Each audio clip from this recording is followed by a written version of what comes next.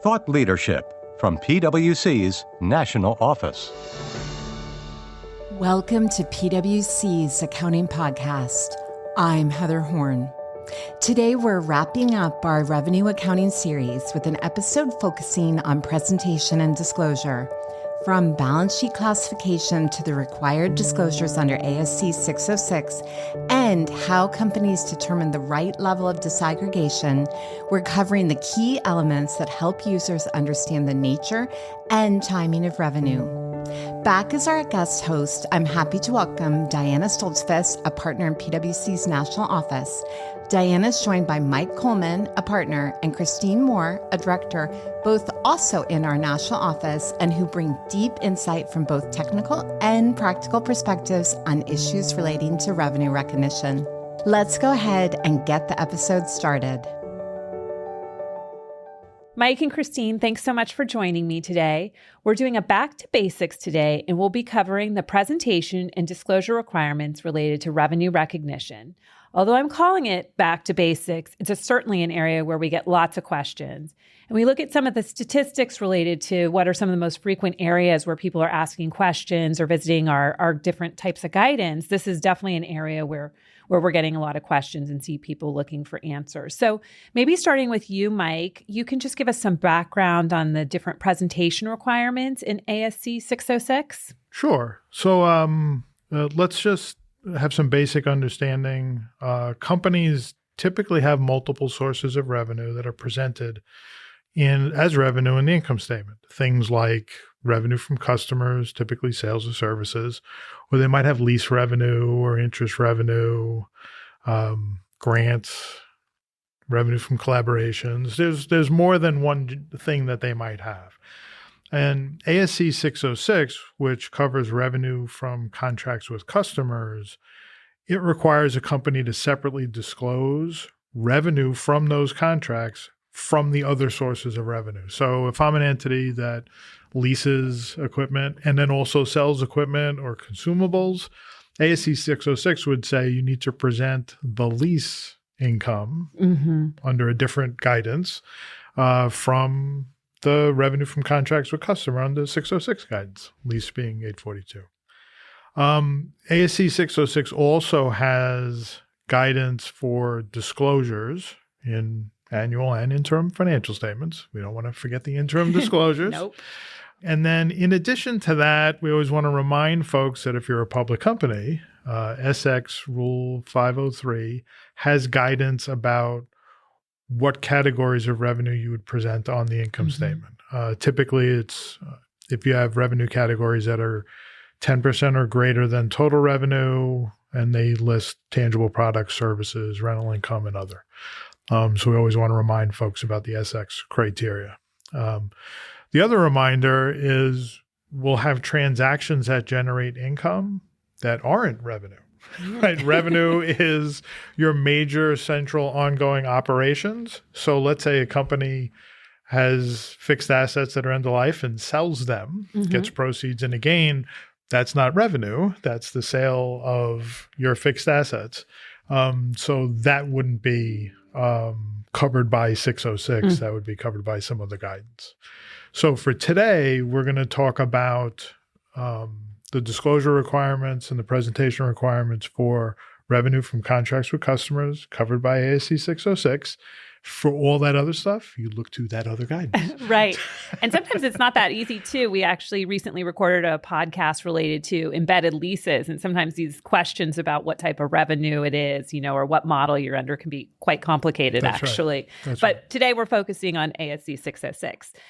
So, ASC 606 provides a framework for the presentation and disclosure requirements related to revenue generated from contracts with customers. So, Mike, you hit on some of the income statement presentation requirements. Maybe, Christine, turning to you, can you talk about it from a presentation perspective on the balance sheet side? Sure. So there are certain presentation requirements for ASC 606 related assets and liabilities. So maybe first, just a level set on what those assets and liabilities are. If a payment is received from the customer before the company performs, you would record a contract liability. So typically, companies often call this deferred revenue on the balance sheet. Conversely, if the company performs before receiving payment from the customer, you have an asset. That asset is either a receivable or a contract asset.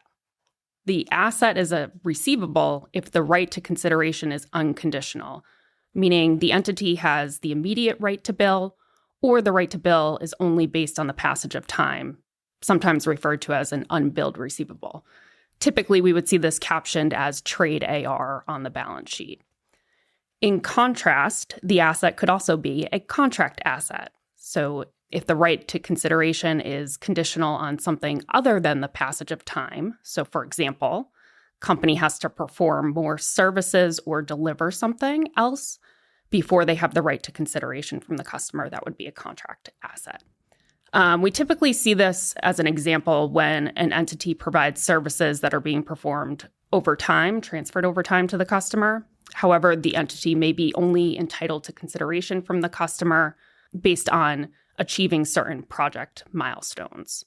Maybe one other thing to keep in mind when presenting contract assets and contract liabilities, companies also need to consider classification on the balance sheet, so either long-term or short-term classification for those assets and liabilities.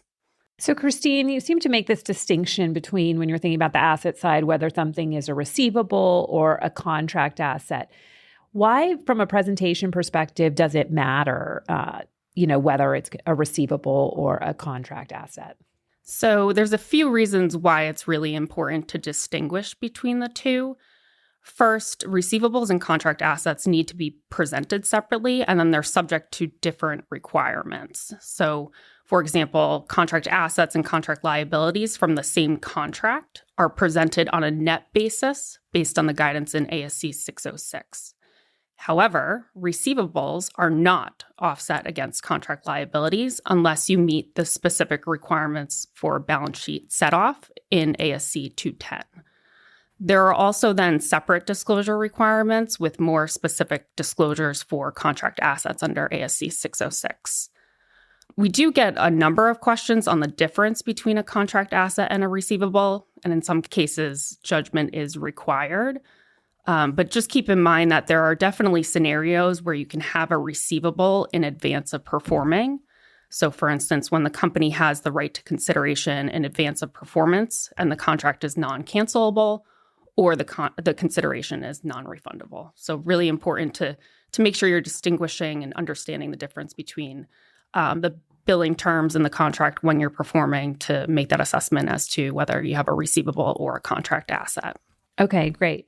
Maybe before we move on to the disclosures required under ASC 606, one of the areas that a lot of our listeners are focused on, or obviously we have a lot of registrants that listen, is, what's the SEC's perspective? And so, Mike, maybe can you touch on what are the types of comment letters we're seeing related to presentation of revenue from the SEC? Sure. So I mentioned the SX requirement to present categories of revenue depending upon if they're greater than 10% of the total. We see a fair amount of SEC comment letters along those lines to see how companies comply with SX. So, for example, sometimes a company's revenue doesn't neatly fit into those SX categories as products or services. And so depending on how they present it, they may get a question from the staff, how did you comply with SX? So an example that we like to use is, let's say we have a software company, and they have revenue from licensing software, from providing post-contract customer support, and then SaaS. SX doesn't really tell you what to do with licenses. And so sometimes you'll have a software company that says, here's our software or software-related revenue in one line. And so often that'll generate a comment that says, okay, how did you comply with SX? And they're thinking, not breaking it down between the license, the post-customer contract support, and the SaaS. So that's the most common example that we have. Okay, great. Well, maybe we'll move on to the disclosure requirements now. Maybe, Mike, can you start with really talking about the overall objective of the disclosure requirements, and then maybe talking about the main categories of requirements under ASC 606? Sure.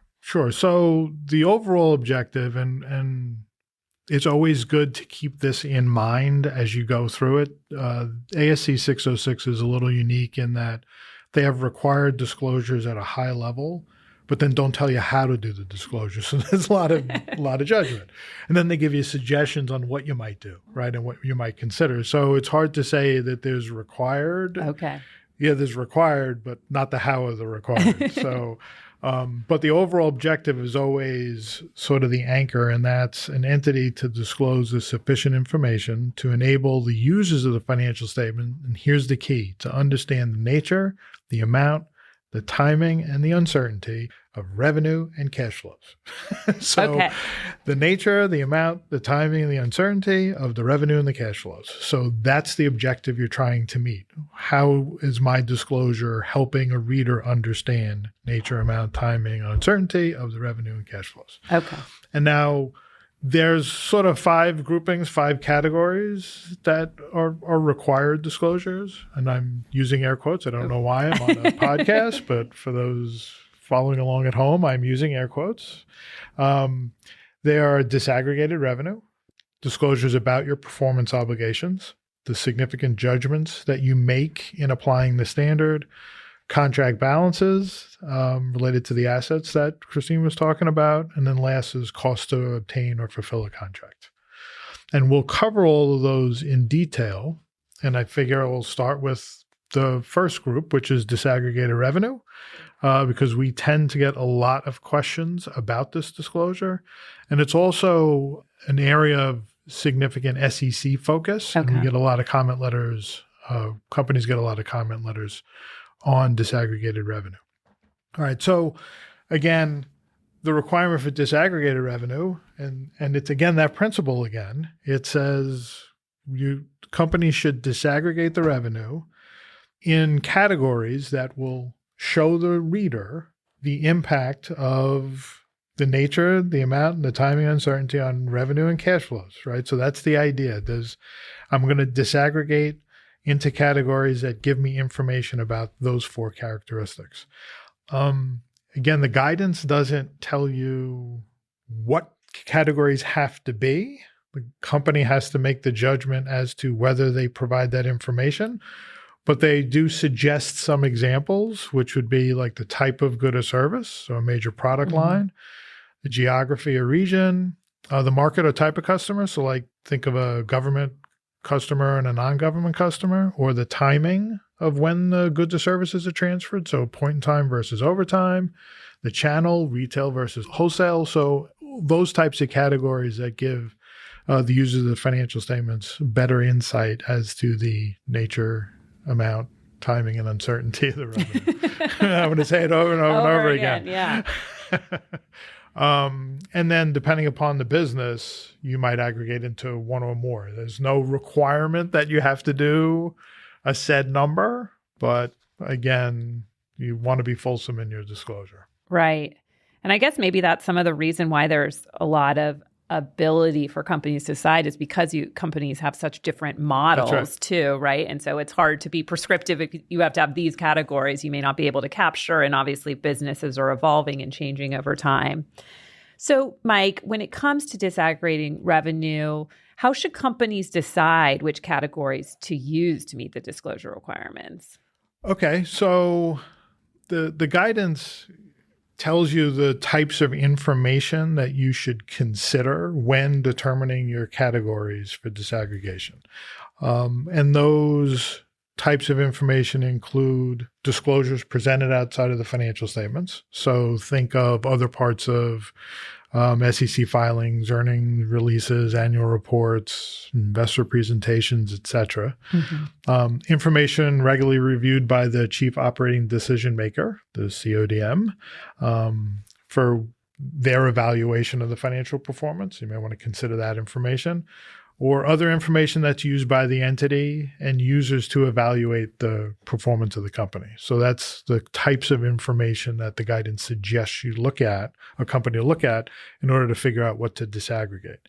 And all this information, there's the theme here that the SEC tends to like to look for inconsistencies in what you're saying. And so oftentimes, as you're coming to figure out your disaggregated revenue disclosure, you should look at those other areas where you're disclosing information and making sure that your disaggregated revenue is consistent with that or not inconsistent with that.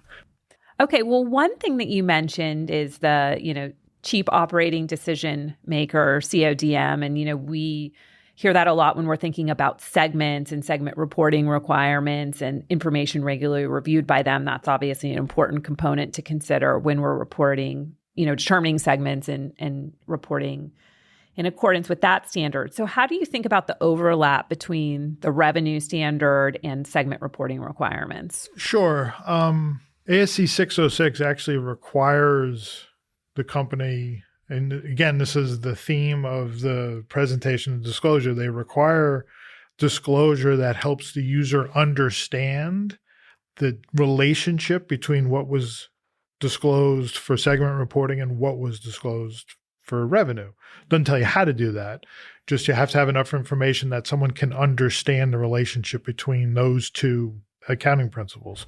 The other thing is that there's a requirement in ASC 606 for a company to consider what the CODM is evaluating for purposes of this disaggregated revenue disclosure. So you don't have to take it, but you have to just consider whether that's important enough to influence your categories. Okay.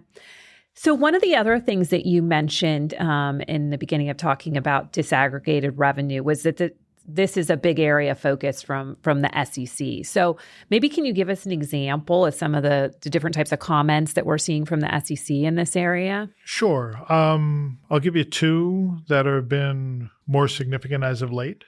First is where the company is providing information at a disaggregated level in other spots in their financial statements or any other public disclosure they're making. The staff will also ask for how they considered that in doing the disaggregated revenue. Right. So, for example, if in the MD&A there's some discussion about sales channel, the staff might ask, well, how did you consider sales channel in your disaggregated revenue if it's not included in that? So they're constantly looking for making sure they're consistent or not inconsistent. The other one we've seen quite a bit actually is the staff asking for how the company considered the information provided to the chief operating decision maker. Even so far as to ask for the CODM package for them to go look for themselves to see that whatever reason you gave made sense to them. Right. A lot of times when we help companies deal with those comment letters, the biggest question is, are they asking a segment question? Or are they asking a revenue aggregation? But they're very interjoined. So, you want to give a lot of thought if you get that comment to what was the process you did to consider that information, because the standard does require you to consider what the chief operating decision maker sees. Right.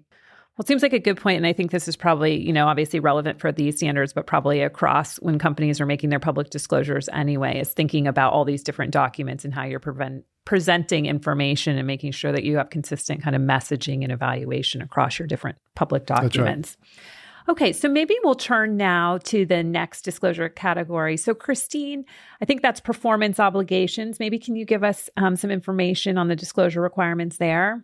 Yeah, of course. So as Mike mentioned, the second area of focus that we'll talk about is performance obligations. As a reminder, the performance obligations in a contract are the distinct promises as determined under Step 2 of the 606 model. In other words, we would refer to them as the units of account for applying the revenue standard. Entities must meet various quantitative and qualitative disclosures related to their performance obligations. So maybe I'll start with one of the key quantitative disclosure requirements. It's referred to as the remaining performance obligations disclosure. And for this requirement, an entity must determine the transaction price allocated to their remaining performance obligations in the contract that have not yet been satisfied as of period end, and then disclose that amount with the expected timing of when such amounts will be recognized as revenue. So think about this as it's similar to what companies typically refer to as backlog. However, it's important to note that the disclosure is only for amounts related to committed non-cancelable contracts and should not include any goods or services that are optional to the customer. For example, when an entity enters into a contract for an initial term with the customer and provides options to renew or extend, the amounts related to the subsequent renewals should not be included in your remaining performance obligations disclosure.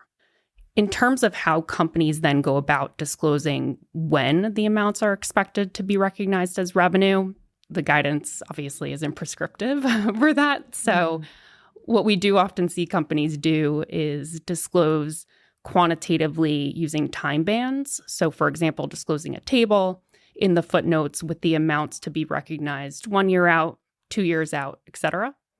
And it may be appropriate in some scenarios to instead qualitatively describe the timing of when the entity expects to recognize the amounts as revenue. So again, no prescriptive guidance there, just make sure that you're hitting on the specific requirements. There is an optional exemption related to this disclosure for contracts with the term that have 1 year or less. However, keep in mind that the entity then also must disclose the use of that exemption. Okay, great. So you've talked about several different disclosure elements that are tied to performance obligations. What other information are companies required to disclose? So one of the other key quantitative disclosures related to performance obligations is the requirement to disclose revenue that's recognized in the current period for performance obligations that were satisfied in prior periods. So this disclosure typically includes amounts recognized in revenue due to changes in estimates of variable consideration that were allocated to that performance obligation that was previously satisfied, maybe any changes in the estimated measure of progress. And it also may include recognition of royalties when sales occur under the sales and usage-based royalty exception for licenses that were transferred in prior periods.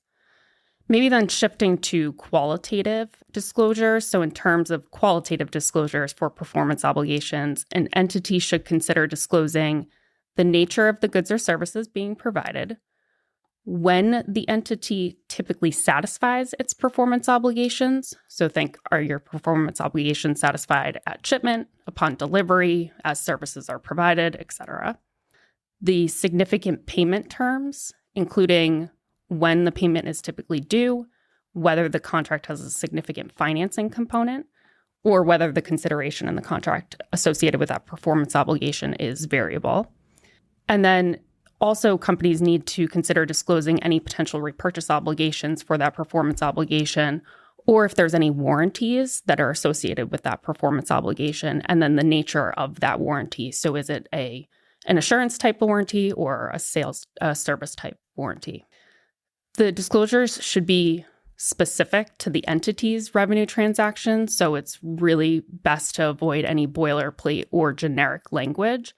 Otherwise, you can probably expect that you're going to get a comment from the staff requesting more information that's specific to your entity's revenue contracts. Okay, that's really helpful. So maybe we'll turn to the third disclosure area, significant judgments. So Mike, what are some of the judgments that ASC 606 would expect companies to disclose? Two broad areas, judgments and changes in judgments related to the timing of revenue recognition and then determining and allocating the transaction price.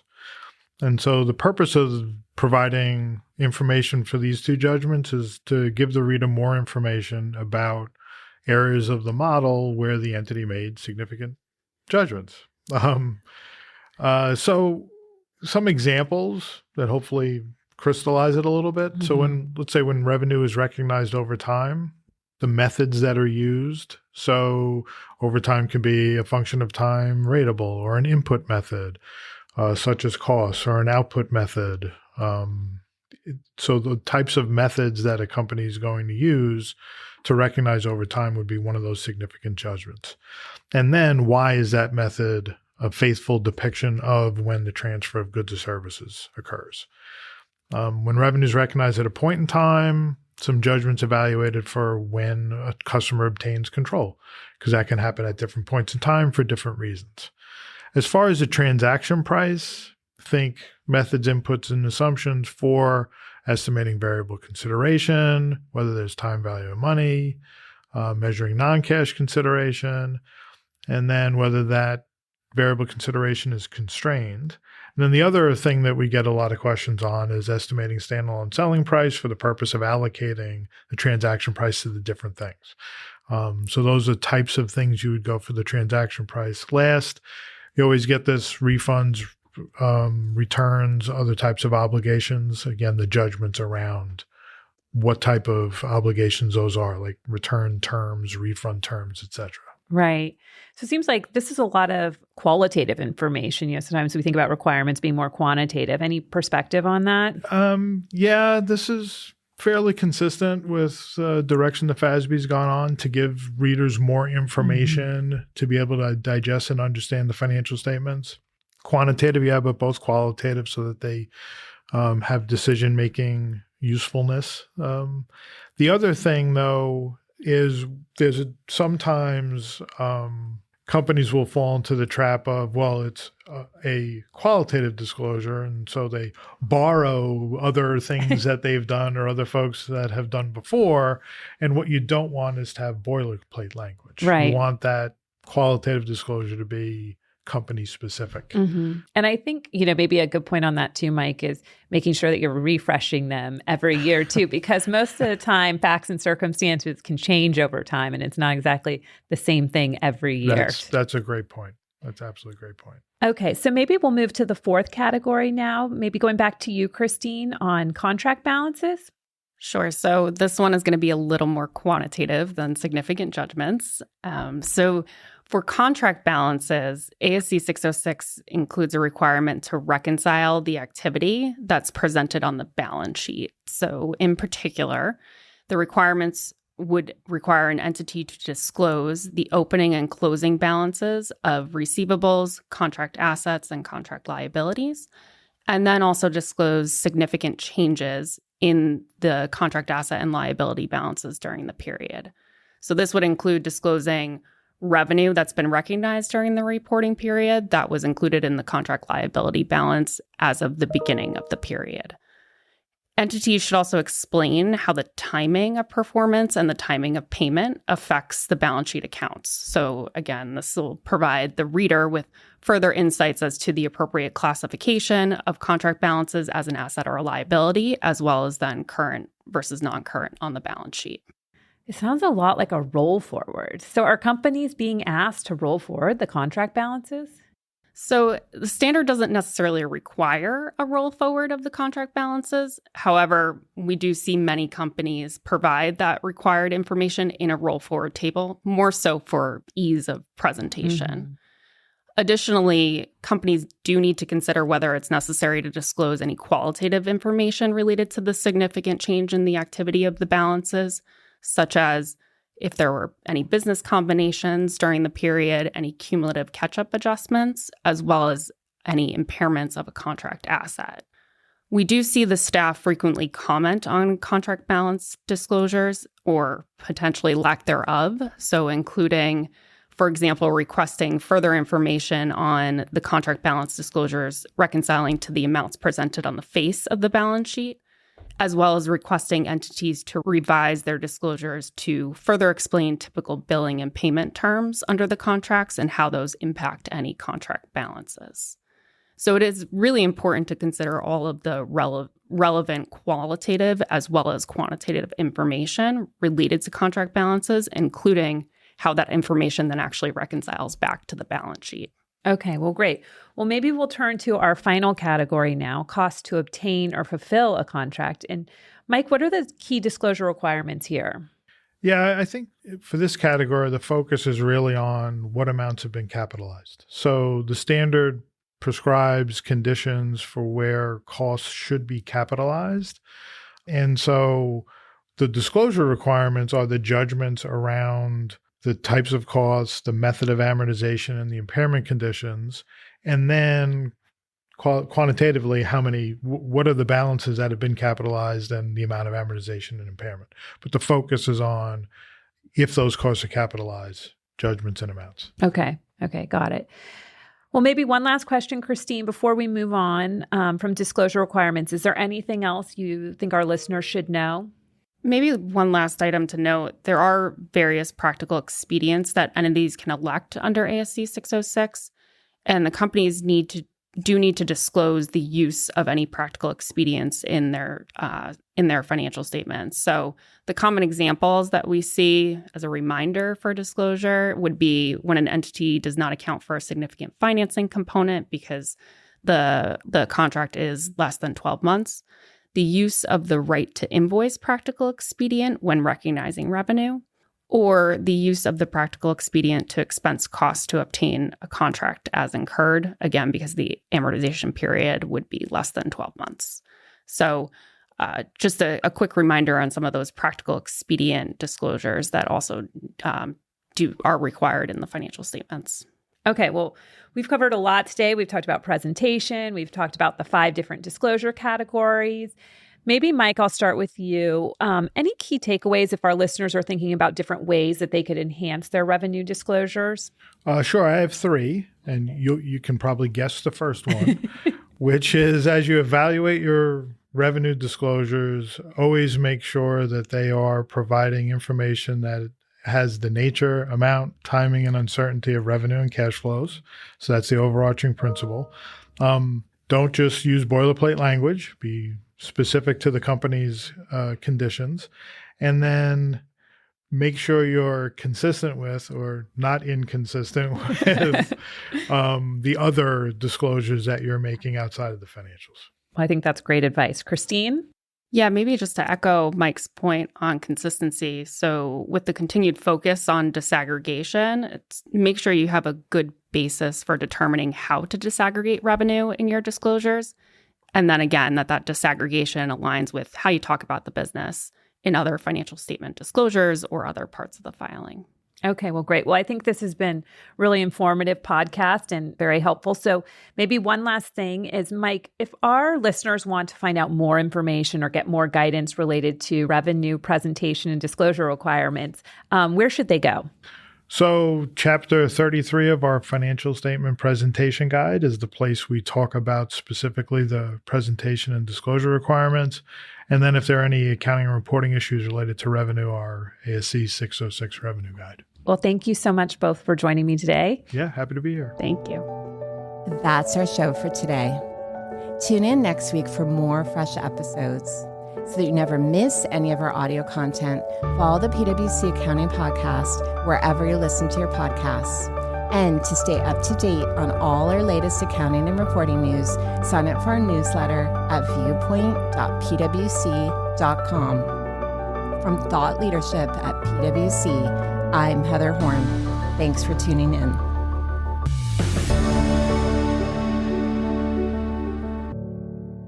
This podcast is brought to you by PwC, all rights reserved. PwC refers to the U.S. member firm or one of its subsidiaries or affiliates, and they sometimes refer to the PwC network. Each member firm is a separate legal entity. Please see www.pwc.com/structure for further details. This podcast is for general information purposes only and should not be used as a substitute for consultation with professional advisors, including accountants and lawyers.